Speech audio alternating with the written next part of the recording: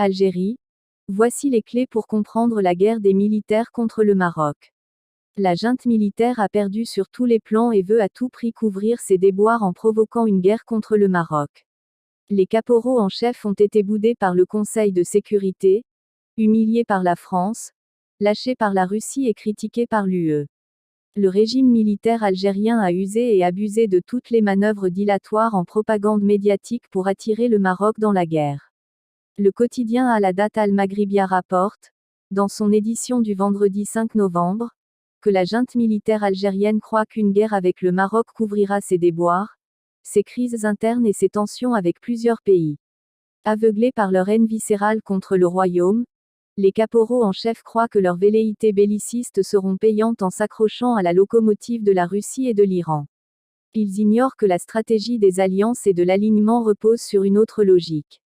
Cette fuite en avant s'explique par l'accumulation des échecs tant sur le plan intérieur qu'extérieur malgré le déploiement de moyens financiers et diplomatiques considérables pour sortir de l'ornière. Les militaires ont été incapables de mettre fin au Irak d'un peuple qui réclame l'instauration d'un état civil et le retour de l'armée dans ses casernes. Pis encore, la classe dirigeante algérienne s'est montrée incapable de protéger son peuple de l'épidémie, des feux de forêt et de la pénurie des produits alimentaires. Comble d'ironie, la distribution des pommes de terre sur les marchés est devenue une cause nationale qui a mobilisé le président, l'armée et le gouvernement. En s'entêtant à être en perpétuelle confrontation avec son peuple, et, bien sûr, avec le Maroc, la junte militaire s'est mis à dos la communauté internationale voire des puissances mondiales. Le quotidien Al-Hadat Al-Maghribia rapporte que la communauté internationale est convaincue que l'Algérie parraine le terrorisme en encourageant le Polisario à tisser des liens avec les groupes terroristes et les organisations criminelles. Même l'Union européenne s'est dit agacée par le chantage au gaz décrété par le régime militaire qui a fermé le gazoduc qui passe par le Maroc et alimente l'Espagne et le Portugal. Du coup, les Européens accusent les dirigeants algériens de s'aligner sur les manœuvres russes pour entraver leur alimentation en gaz. Même les États-Unis sont en colère contre le régime algérien, l'accusant de se transformer en une passerelle vers la Russie, la Turquie et l'Iran tout en encourageant le Hezbollah à s'attaquer à Israël.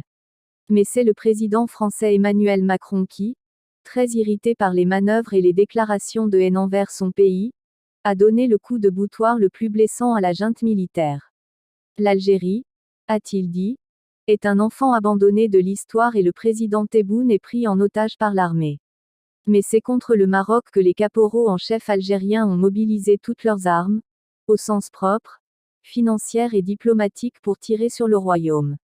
Ils n'ont raté aucune occasion d'opposer le Maroc à l'Europe et au monde arabe mais ils ont toujours buté sur un mur, tant dans l'affaire Pegasus, lors de la reprise des relations avec l'Israël ou dans l'accord de pêche et agricole avec l'Europe. Mais ce sont les déboires dans le dossier du Sahara marocain qui ont enragé les généraux algériens. En une année, ils ont perdu la bataille de Guergarat, ont échoué dans leur tentative de faire revenir l'administration américaine sur sa reconnaissance de la marocanité du Sahara et d'entraver la dynamique de l'ouverture des consulats à Laayoune et Dakhla. La boucle a été bouclée avec la dernière résolution du Conseil de sécurité qui a consolidé tous les acquis du Maroc et rejeté toutes les demandes de la junte militaire. La résolution 2602 a en effet réitéré que l'Algérie est partie prenante dans le conflit, que le format des tables rondes sera repris et que l'autonomie préconisée par le Maroc demeure la seule solution viable. Enfin, le Conseil de sécurité a rejeté la proposition algérienne d'intégrer l'Union africaine (UA) dans la recherche d'une solution à ce conflit régional, et non pas de décolonisation, en affirmant que ce dossier reste une exclusivité onusienne.